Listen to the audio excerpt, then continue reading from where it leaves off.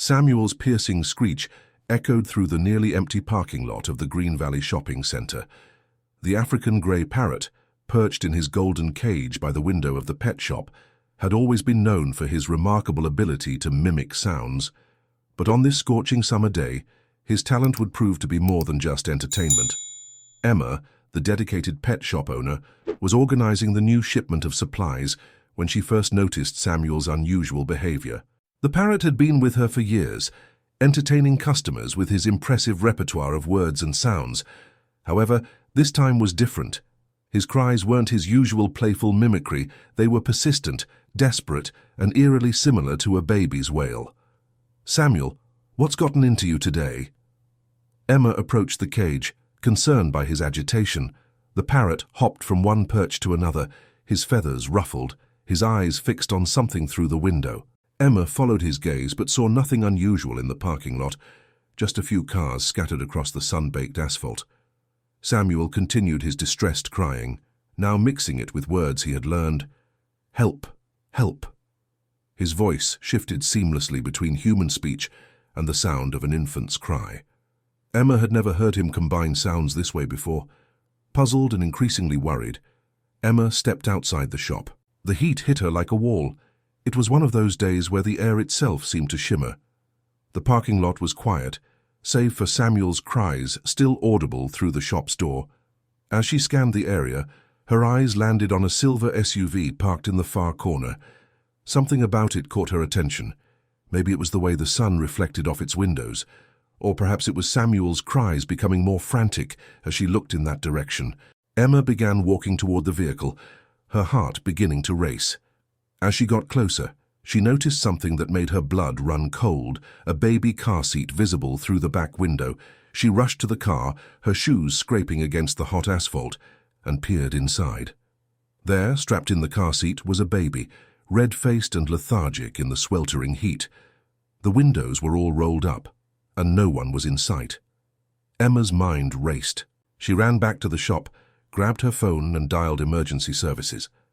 "There's a baby locked in a car in the shopping center parking lot," she reported, her voice trembling. "The vehicle is a silver SUV, license plate." As she relayed the details, Samuel's cries continued, now perfectly matching the weakening sounds coming from the baby in the car. The parrot had heard the infant's cries through the shop's open window and had been trying to alert anyone who would listen. Minutes felt like hours as Emma waited for help to arrive. She ran back to the car, trying to peer in through the tinted windows, looking for any way to help. The baby's movements were becoming more sluggish by the minute. Suddenly, a woman came running from the direction of the shopping center, shopping bags dropping from her hands, keys fumbling as she sprinted toward the car. It was Anna, the baby's mother, her face a mask of horror as she realized what had happened. "I only went in for a minute," Anna sobbed as she frantically unlocked the car. "I didn't mean to. I thought, oh God, James, my baby!" The doors flew open, just as the sound of sirens filled the air.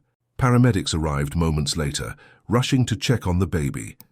Emma stood back, watching as they worked, Samuel's crying finally quieting to soft mumbles of, "Help, help." The paramedics quickly determined that while the baby was overheated and distressed, they had reached him in time. As they took vital signs and cooled him down, one of the paramedics turned to Emma. "How did you notice the baby?" he asked. Emma pointed toward her shop window, where Samuel sat in his cage, now oddly quiet. "My parrot," she said. "He heard the baby crying and wouldn't stop imitating the sound until someone paid attention." The paramedic shook his head in amazement. "Well, that bird probably saved this child's life. In this heat, if you hadn't found him when you did." As the paramedics continued to treat the baby, Emma walked back to her shop, her legs shaky from the adrenaline. She approached Samuel's cage, opening it to offer him his favorite treat. The parrot stepped onto her finger, his feathers finally settling back to their usual sleek arrangement. "You clever, wonderful bird," she whispered, gently stroking his head.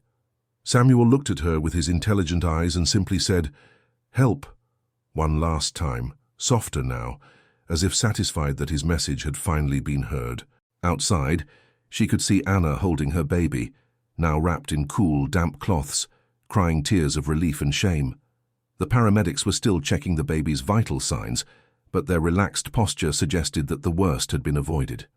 The incident would soon draw a small crowd of onlookers, and by evening local news vans would arrive to cover the story of the parrot who raised the alarm.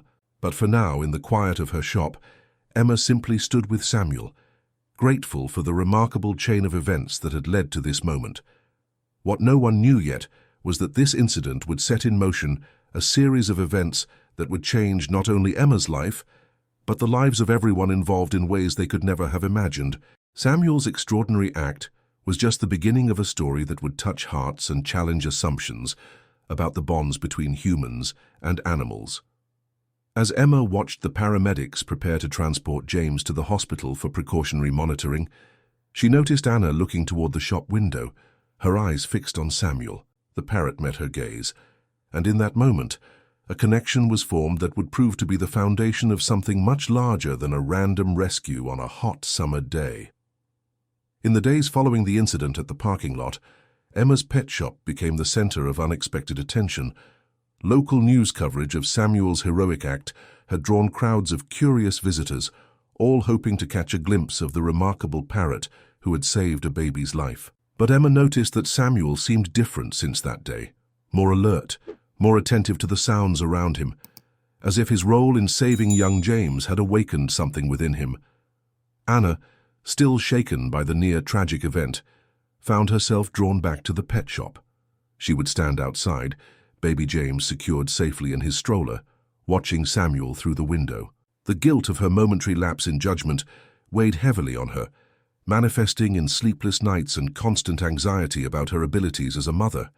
One quiet morning, before the shop opened, Anna gathered her courage and pushed open the door. The little bell above it announcing her presence. Emma looked up from her paperwork, instantly recognizing the woman whose life had become intertwined with hers through Samuel's intervention. I wanted to thank you properly," Anna began, her voice trembling. "And him." She gestured toward Samuel's cage. The parrot tilted his head, studying the familiar faces of the baby and mother he had helped save. Emma moved from behind the counter, pulling up a chair for Anna. "Would you like to meet him properly?" she asked gently. Anna nodded, carefully positioning James's stroller where she could see him while approaching the cage. Samuel, usually reserved with strangers, surprised Emma by immediately moving closer to Anna. "Help," he said softly, not in the desperate tone from that day, but almost like a greeting. Anna's eyes welled with tears. "The paramedics told me that if it weren't for your parrot—" She trailed off, unable to finish the thought. "I've never been able to forgive myself. Everyone keeps telling me that accidents happen, that I'm not the first parent to make a mistake, but—" Emma listened as Anna's story poured out. She learned that Anna was raising James alone, working 2 jobs to make ends meet. The day of the incident, she had been exhausted from a night shift, her judgment clouded by fatigue and stress. What was meant to be a quick run into the store had nearly ended in tragedy. As Anna spoke, Samuel moved closer to the cage bars, watching James intently. The baby, now fully recovered, gurgled happily at the sight of the grey bird. Something about their interaction caught Emma's attention. Samuel's usual mimicry had shifted to soft, almost melodic sounds that seemed to soothe the baby. "He's special, isn't he?" Anna observed, watching the interaction between her son and the parrot. "So more than just being able to copy sounds." Emma nodded, sharing something she hadn't told anyone else. "Since that day, he's been different, more aware. Sometimes I catch him listening intently to conversations, to crying children in the shop. It's like he's appointed himself some kind of guardian." The conversation was interrupted by the arrival of Peter, Emma's friend and local veterinarian, who had been caring for the shop's animals for years. He paused in the doorway, taking in the scene before him. "So this is the famous mother," he said, his voice kind rather than accusatory. Anna tensed slightly, but Peter's warm smile put her at ease. "I've been fascinated by what Samuel did. In all my years working with animals, I've never seen anything quite like it." Peter approached Samuel's cage, observing the parrot's continued interaction with James. African greys are known for their intelligence and emotional capacity, but this goes beyond simple mimicry. He didn't just copy a sound, he understood its significance and used it to alert others to danger. As they talked, Emma noticed Anna repeatedly checking her watch, her face showing increasing anxiety. Finally, Anna explained that she needed to leave for her shift at the diner where she worked. "I can't afford to lose this job," she said, the worry clear in her voice. "But after what happened, I'm terrified of leaving James at the daycare. They're understaffed, and sometimes they don't watch the children as closely as they should." Emma and Peter exchanged glances. "Why don't you leave him here?" Emma suggested, surprising herself with the offer. "I mean, during your shifts. The shop is quiet most mornings, and Samuel seems to have appointed himself as his personal guardian anyway." Anna's eyes widened with hope, but uncertainty clouded her features. "I couldn't impose. And what about when customers come in?" "I could help," Peter offered. "My veterinary practice is just next door, and I'm here most days checking on the animals anyway. Between Emma and me, we could make sure James is safe and well cared for." What started as a simple offer soon evolved into a regular arrangement. Emma cleared a space behind the counter, setting up a safe play area for James. Samuel's cage was moved closer, and the parrot seemed to take his role as baby monitor seriously, alerting Emma with his now famous help call whenever James needed attention. The arrangement brought unexpected changes to everyone's lives. Emma's shop became livelier, with James's presence adding a new dimension to the atmosphere. Customers were charmed by the sight of the baby playing contentedly under the watchful eye of his feathered guardian. Peter found himself spending more time at the shop, his professional interest in Samuel's behavior evolving into something more personal as he and Emma worked together to care for James. But perhaps the most profound change was in Anna. With the weight of constant worry lifted from her shoulders, she was able to focus better at work. Her employers noticed the improvement, and soon she was offered a better position with more regular hours. The dark circles under her eyes began to fade, replaced by a quiet confidence that came from knowing her son was safe and loved. Samuel, meanwhile, continued to surprise them. He developed a repertoire of specific sounds for different situations, one for when James was hungry, another for when he was sleepy, and a special soft whistle that never failed to make the baby laugh. His vocabulary expanded to include "baby safe" and "Anna soon," phrases that seemed to comfort both James and his mother. One day, as Emma watched Anna pick up James after her shift, she realized how much their lives had changed since that terrible day in the parking lot.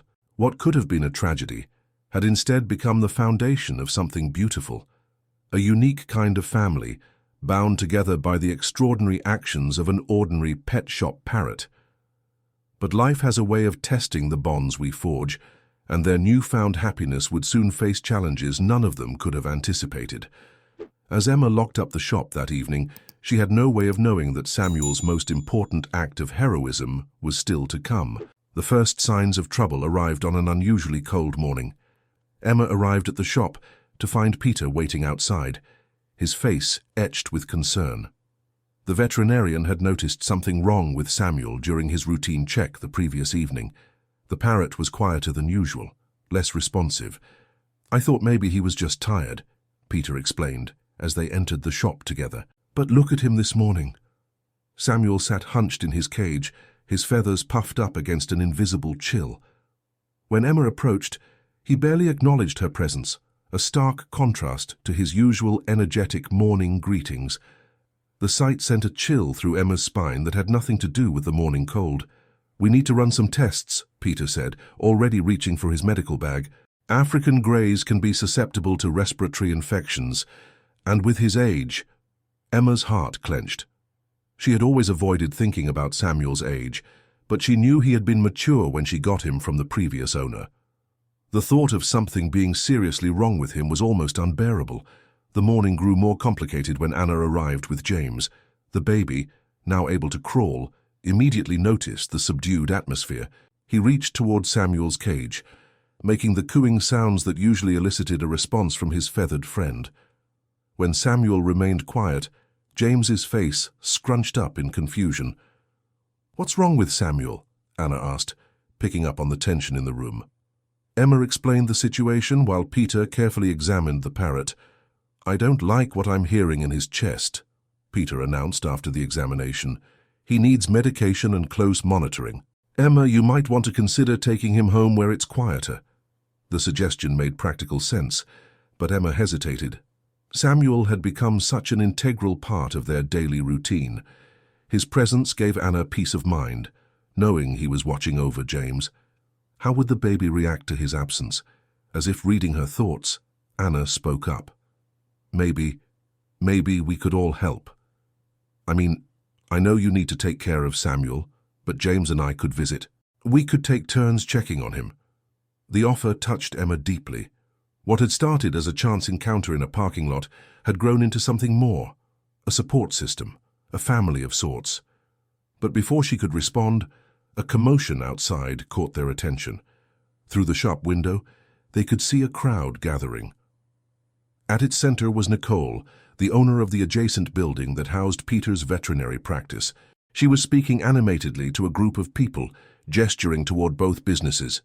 Peter's face darkened. "The developers' meeting," he muttered. "I almost forgot." Emma's stomach dropped. The neighborhood had been changing rapidly, with old buildings being bought up and converted into modern retail spaces. Nicole had been trying to sell her building for months, and now it seemed she had found a buyer, one who was interested in the entire block. The implications hit Emma like a physical blow. If Nicole sold in, Peter would lose his practice location, and if the developer wanted the entire block, Emma's modest pet shop, which she had poured her heart and soul into, could be next. As if sensing the gravity of the moment, Samuel stirred in his cage. Despite his illness, he managed a quiet "help." The word that had once saved a life now seemed to carry a different weight. The next few days passed in a blur of activity. Emma converted her living room into a recovery space for Samuel, setting up his cage near a window where he could still watch the world outside. Peter visited morning and evening to administer medication and check on his progress. Anna and James came by after her shifts, bringing a warmth to Emma's usually quiet home. But while Samuel slowly began to show signs of improvement, the threat to their community grew more concrete. Developers' representatives began approaching business owners with offers. Some were tempting, substantial sums that could facilitate relocation or retirement. Others, like the one presented to Emma, felt more like ultimatums. "The thing is," Peter explained one evening after checking on Samuel, "they don't actually need everyone to agree. If they get enough property owners on board, they can pressure the holdouts through various legal means." Emma sat on her couch, absently stroking Samuel's feathers through the cage bars. The parrot was more alert today, watching them with bright eyes that seemed to understand every word. "I can't lose the shop, Peter," she said quietly. "It's not just about me anymore. It's about all of us. Anna needs a safe place for James. You need somewhere to practice. And Samuel, this would be too much stress for him to handle right now." Peter's hand found hers, squeezing gently. Their relationship had been evolving over these difficult days, moving beyond friendship into something deeper, though neither had found the words to define it yet. "Then we fight," he said simply. "Together." A soft rustling drew their attention to Samuel's cage. The parrot had moved closer, his head tilted as if in consideration. Then, to their amazement, he spoke. Not in his usual mimicry, but stringing together phrases he had learned in a way that seemed almost purposeful. "Baby safe. Help. Together." Emma and Peter exchanged glances, a smile tugging at their lips despite the gravity of their situation. Even ill, Samuel seemed determined to contribute to the conversation. That night, after Peter left, Emma sat with Samuel, her mind racing with possibilities. The developer's plan would transform their quiet neighborhood into another soulless shopping complex. But what they had built here, this unexpected family, this community, was worth fighting for. She didn't know it then, but Samuel's illness and the threat to their livelihood would soon converge in a way none of them could have predicted. The parrot, who had once saved a baby through his remarkable abilities, would play yet another crucial role in saving their community, though not in any way they could have imagined. As Emma finally went to bed, Samuel's soft, "baby safe," following her down the hallway, she had no way of knowing that the biggest challenges and most surprising allies were yet to reveal themselves. The morning sun cast long shadows through Emma's living room window as she prepared for another day of uncertainty. Samuel's health had improved enough for him to return to the shop, though he wasn't quite his old self yet. The medication Peter prescribed had helped, but the parrot remained more subdued than usual, as if saving his energy for important moments. As Emma gathered her things, a knock at the door surprised her. Opening it, she found Anna standing there with James, hours before her usual visiting time. The young mother's face was tight with worry. "The daycare center is closing," Anna blurted out before Emma could speak. "They're selling to the same developer. We just got the notice this morning." Her voice cracked slightly. "I don't know what I'm going to do. I can't lose my job, but without childcare." Emma ushered them inside, her mind racing. The developer's influence was spreading through the neighborhood like a slow-moving tide, washing away one local business after another. The daycare's closure would affect many working parents in the area, not just Anna. Samuel, hearing familiar voices, perked up in his cage. "Baby safe," he called out, his voice stronger than it had been in days. James immediately brightened at the sound, reaching toward the cage from his mother's arms. As Emma watched them interact, an idea began to form. "What if," she started slowly, "what if we could solve both our problems at once?" Over cups of hastily made coffee, Emma outlined her thoughts. The pet shop had a back room that was currently used for storage. With some reorganization and proper permits, it could be converted into a small daycare space. They already had experience caring for James, and other working parents in the neighborhood would likely jump at the chance to keep their children close by. "But how could we afford the renovations?" Anna asked, hope warring with practicality in her voice. "And what about the developer?" "That's where I might be able to help," came a voice from the doorway. They turned to find Peter standing there, a folder tucked under his arm. He'd used the spare key Emma had given him for Samuel's medical checks. Peter joined them at the table, spreading out several documents. "I've been doing some research," he explained. "The developer's plans depend on acquiring a certain percentage of the block's properties. If enough businesses stay operational and profitable, it becomes harder for them to force anyone out." Emma leaned forward, examining the papers. "But we'd need to prove the businesses are viable and serving the community's needs." "Exactly," Peter nodded. "A pet shop that also provides needed childcare services. That's exactly the kind of community-centered business that could help us fight back." As they discussed possibilities, Samuel watched from his cage, occasionally adding his own commentary of carefully chosen phrases. His presence reminded Emma of how this all started, with his extraordinary act of awareness and compassion. The next few weeks passed in a whirlwind of activity. Emma and Peter reached out to other local business owners who were resistant to selling. They discovered they weren't alone in their desire to preserve the neighborhood's character. Rachel, who owned the small bookstore down the street, offered to help with children's reading sessions. Henry, the retired carpenter who frequented the pet shop, volunteered to help with the renovations. Word spread through the community. Parents who had been devastated by the daycare's closure began stopping by the shop, offering support and asking to be put on the waiting list. Even Nicole, who had initially been ready to sell to the developer, began to waver as she saw the community coming together. But their efforts didn't go unnoticed by the development company. One morning, Emma arrived at the shop to find a formal-looking letter waiting for her. Inside was a warning about zoning violations and potential legal action if she proceeded with her plans. "They're trying to scare us," Peter said when she showed him the letter, "but we're doing everything by the book. They can't stop us if we're following all the proper procedures." What the developer couldn't have anticipated was the way Samuel's story would resonate with the local media again. A reporter who had covered the original rescue story caught wind of the community's struggle and saw the connection. The same parrot who had saved a baby was now at the center of efforts to save the neighborhood that had rallied around that rescue. The resulting article painted a compelling picture of a community fighting to preserve its soul. It highlighted how Emma's pet shop had become more than just a business.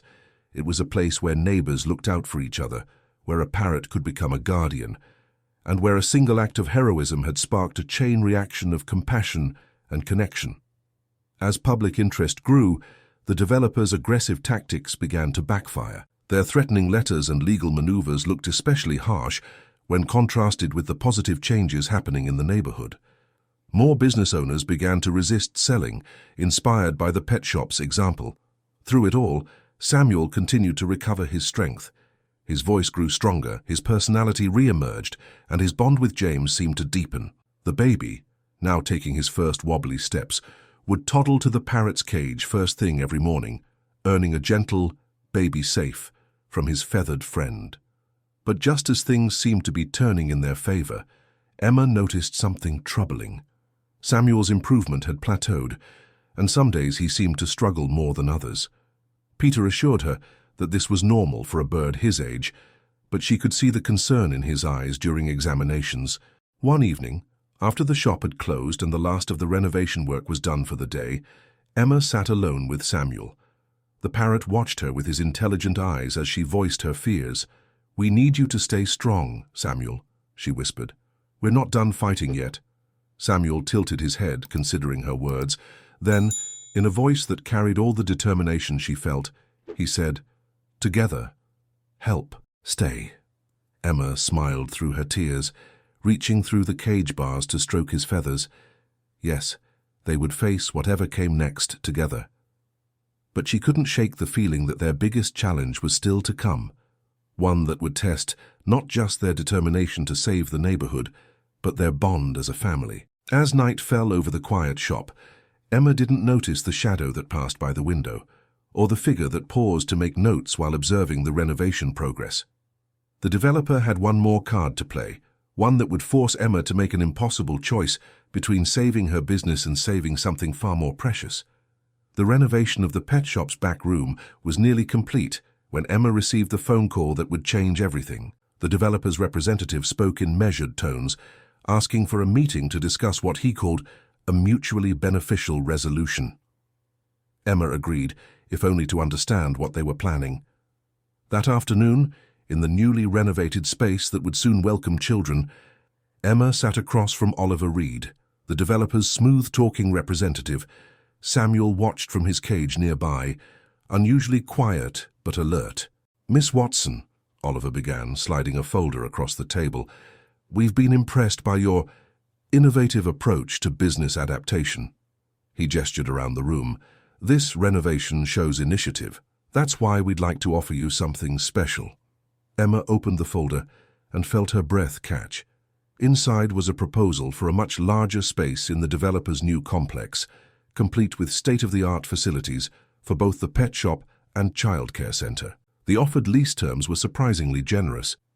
"We're not the heartless corporation some make us out to be," Oliver continued, his smile never reaching his eyes. "We want to work with successful local businesses, help them grow." Emma studied the proposal, her mind racing. The space they were offering was everything she could have dreamed of. Modern, spacious, with proper ventilation systems that would be perfect for the animals. The childcare area would be twice the size of what they had managed to create here. "Of course," Oliver added, his voice taking on a slight edge, "this offer is exclusive to you. Your neighbors would need to make their own arrangements." And there it was. The catch. They were trying to break the unity of the neighborhood by picking off key players. If Emma accepted, it would undermine everything they had built together. Before she could respond, Samuel's voice cut through the tension. "Help, together, stay." The parrot's words, though simple, carried a weight that made Oliver shift uncomfortably in his seat. "Interesting bird," he commented, his smile tightening. "The one from the news story, right? About the baby in the car?" He paused, consulting another document. "Speaking of which, our research shows he's quite mature. African greys can live a long time in captivity, but not forever." The implied threat was clear. Emma felt her hands clench under the table. "What exactly are you suggesting?" "Only that change is inevitable. In neighborhoods, in businesses, in pets. The question is whether we face that change alone or with support." He tapped the proposal folder. "This offer expires in 48 hours. After that, well..." He spread his hands in a gesture of false helplessness. After Oliver left, Emma sat in silence. the proposal still open before her. The practical part of her mind couldn't deny the opportunity it represented. The new space would allow her to help more families, care for more animals. But the cost... Peter found her there hours later, still staring at the papers. As she explained the situation, his face darkened. "They're trying to divide us," he said, pacing the room. "If you take their offer, others might follow. The whole community would fragment." "I know," Emma whispered. "But Peter, look at these facilities. Think about what we could do with a space like that." She hesitated. "And Samuel," they made a point of mentioning his age, "what if he needs special care? A better environment?" As if in response, Samuel fluttered to the front of his cage. "Baby safe," he insisted, then added "Quan together." The next day brought an unexpected perspective. Anna arrived early, having heard about the developer's offer through the neighborhood grapevine. She found Emma checking Samuel's medication. "You know," Anna said, watching James crawl toward Samuel's cage, "when I almost lost James that day, I learned something important. It's not about having the fanciest facilities or the most modern equipment. It's about having people, and parrots, who truly care." Emma watched as Samuel, despite his subdued energy, engaged with James in their usual morning routine. The parrot's baby safe on was quieter these days, but no less sincere. "The developer's right about one thing," Anna continued. "Samuel won't be with us forever, but what he taught us, about community, about looking out for each other, that could last generations if we let it." The truth of Anna's words hit Emma hard. Samuel had saved James not because he had special facilities or modern equipment, but because he cared enough to act. That care had rippled outward, creating connections that were now being tested. As Emma watched James playing, surrounded by the love of his extended makeshift family, she realized something else. The developer's offer wasn't really about helping her business grow. It was about breaking the very bonds that made their community special. She reached for her phone, ready to call Oliver, and decline the offer, when a commotion outside caught her attention. Through the window, she could see Nicole arguing with several men in suits. One of them was gesturing angrily at Peter's veterinary practice. Emma rushed outside, Anna following with James in her arms. They arrived in time to hear Nicole's voice, shaking with emotion. "I don't care what you're offering. I've changed my mind. I'm not selling." The lead developer, not Oliver this time, but someone higher up, turned to face Emma. "Miss Watson, I trust you've had time to consider our generous offer." Emma opened her mouth to respond, but before she could, a familiar sound cut through the tension. Samuel's voice, stronger than it had been in weeks, rang out from inside the shop. "Help! Help!" Everyone turned toward the sound, the same cry that had once saved a baby's life. But this time, Samuel wasn't calling for help with a physical danger. Somehow he had recognized a different kind of threat to his family. The developer's face hardened. "Consider carefully, Miss Watson. Sometimes the best way to preserve something is to let it evolve. Change is coming, whether you accept our offer or not." As Emma stood there, surrounded by her neighbors, her friends, her chosen family, she felt a calm certainty settle over her. Samuel's call for help wasn't just an alarm. It was a reminder of everything they had built together. But even as she prepared to take her stand, Emma had no way of knowing that Samuel's cry would set in motion a chain of events that would not only challenge their resolve, but reveal an unexpected ally who would change everything. The next 24 hours would test their bonds in ways none of them could have anticipated, and Samuel would once again prove that sometimes the greatest acts of heroism come from the most unexpected sources. Behind them, Samuel continued his call, his voice carrying across the street. "Help, together, stay." Each word was a declaration, a reminder of the power of unity in the face of change. The developer might have thought he was offering Emma a way out, but Samuel's voice reminded her that she was already exactly where she needed to be. Part 6. The morning after Emma's confrontation with the developer brought an unexpected visitor to the pet shop. An elderly woman stood at the door before opening time, her elegant appearance somewhat at odds with the modest surroundings. Emma recognized her from old photographs in Peter's office, Rachel, his aunt, who had worked at City Hall for decades before retiring. "I've been following what's happening here," Rachel said, settling into a chair Emma offered. "Dan, there's something you all need to know." Samuel, who had been quiet that morning, suddenly perked up in his cage, watching the visitor intently. Rachel smiled at the parrot before continuing. "I spent years in the city planning department," she explained. "The developers' tactics, they're not just aggressive, they're skirting the law. I've been doing some digging." She pulled out a thick folder from her bag. For this entire block was designated as a historical business district.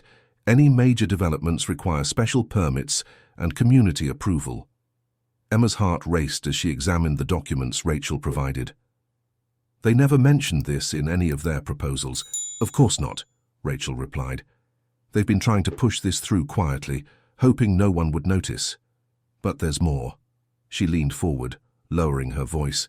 "At the childcare center you're creating, combined with Peter's veterinary practice and the other small businesses, this kind of mixed-use, community-focused development is exactly what the historical designation was meant to protect." As they talked, Peter arrived for his morning check on Samuel. Seeing his aunt there, he stopped short. "Aunt Rachel, what are you doing here?" Before she could answer, Samuel's voice rang out clearly. "Together! Stay!" The parrot's enthusiasm seemed to energize the room. Rachel smiled. "Your friend here has the right idea. I've made some calls to my old colleagues. They're very interested in how the developer has been handling this situation." The next few hours were a flurry of activity. Rachel's documents revealed that the developer had bypassed several required community impact studies. More importantly, their pressure tactics against local businesses violated several ordinances designed to protect historical districts. Word spread quickly through the neighborhood. Other business owners came forward with their own stories of threats and manipulation. Nicole arrived with a stack of letters documenting the developer's increasingly aggressive tactics. But the developer wasn't going down without a fight. That afternoon, Oliver returned with a team of lawyers. They presented Emma with a cease and desist order, claiming her childcare addition violated zoning laws. What they hadn't counted on was the community's response. Parents whose children would be attending the daycare showed up to support Emma. Local news crews, Mars alerted by Rachel's contacts, arrived to cover the story. The image of a corporate developer trying to shut down a beloved local business that had already saved one child's life proved powerful. Part 7. The final confrontation came to a head on a bright morning when city officials arrived for an inspection. The developer's representatives were there, confident that they would find violations to justify their actions. But as the officials toured the pet shop and the new childcare space, something unexpected happened. Samuel Chung, who had been struggling with his health, seemed to find renewed energy. He greeted each visitor with perfect clarity, demonstrating the bond he shared with James and the other children who had already begun visiting.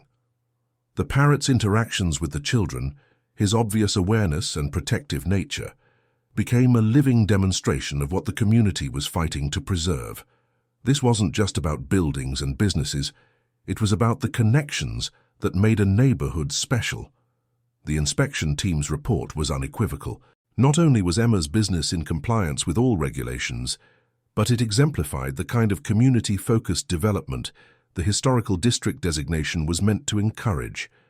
Faced with mounting public pressure and the threat of legal action for their questionable tactics, the development company finally backed down.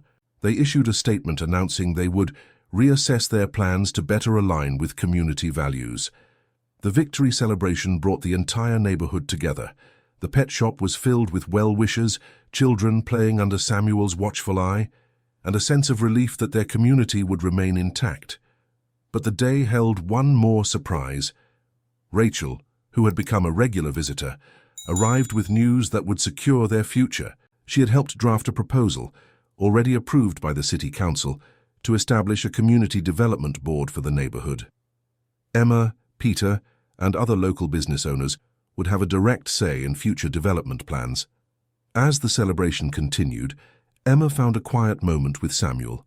The parrot had grown tired from all the excitement, but his eyes were bright as he watched James playing nearby. "You started all this," Emma told him softly. "So that day in the parking lot, You didn't just save James. You showed us what it means to look out for each other." Samuel's response was gentle but clear. "Baby safe. Together. Stay." Peter joined them, slipping his arm around Emma's waist. Anna sat nearby, watching James with tears of joy in her eyes. The threat was over, but what they had built, this unique family, this strong community, would continue. Epilogue. The pet shop flourished in the years that followed. The childcare centre became a model for other businesses looking to serve their communities in innovative ways. Peter's veterinary practice expanded to include a training program for local youth interested in animal care. Samuel, though slowing down with age, remained the heart of their little family. His vocabulary continued to grow, but he never lost his special connection with James or his protective nature toward the children in his care. The neighborhood changed, as all places must, but it changed on its terms, preserving the character and connections that made it special. New businesses came, but they had to demonstrate how they would contribute to the community's fabric. Emma and Peter eventually married in a small ceremony in the pet shop, with Samuel serving as an unofficial ring bearer, carefully carrying a lightweight fake ring and delighting all the guests. Anna was the maid of honor, and James, now walking steadily, proudly carried the real rings. The story of the parrot who saved a baby became local legend, shared with each new family that joined their community. But those who knew Samuel best understood that his greatest achievement wasn't just saving one life. It was showing them how to come together and save what mattered most. On quiet evenings, when the shop was closed and their extended family gathered for dinner, Samuel would watch them all with contentment, occasionally offering his favorite phrases: "Baby safe, together, stay." Each word carried the weight of their shared history and the promise of their future together. The developer's building plans still hung in City Hall, marked "Rejected" in red ink. Next to them hung a new proposal, featuring small businesses, community spaces, and a plaque commemorating a special African grey parrot who taught a neighborhood the true meaning of community, and so their story became part of the neighborhood's fabric. A reminder that sometimes the most extraordinary heroes come in the most unexpected forms, and that true strength lies not in grand buildings or corporate profits, but in the bonds we forge with those around us. Samuel's legacy lived on not just in the lives he saved, but in the community he helped build. A community that stood together, faced change on its own terms, and never forgot the power of caring for one another. Thank you for joining me on this journey into the world of captivating stories. I trust you found today's narrative as engaging as I did. If you enjoyed this exploration into fascinating and compelling narratives, kindly indicate your appreciation by liking this video. Are you watching on mobile? Show your appreciation with a double tap for hype. For more captivating stories and journeys into the heart of compelling storytelling, please subscribe to the channel and activate notifications so you don't miss a single upload. Your thoughts and interpretations are most welcome. Please share your perspectives on today's story in the comments below. And if you believe others would find this content engaging, please consider sharing the video with your network. Until our next journey into the world of captivating tales, I bid you farewell.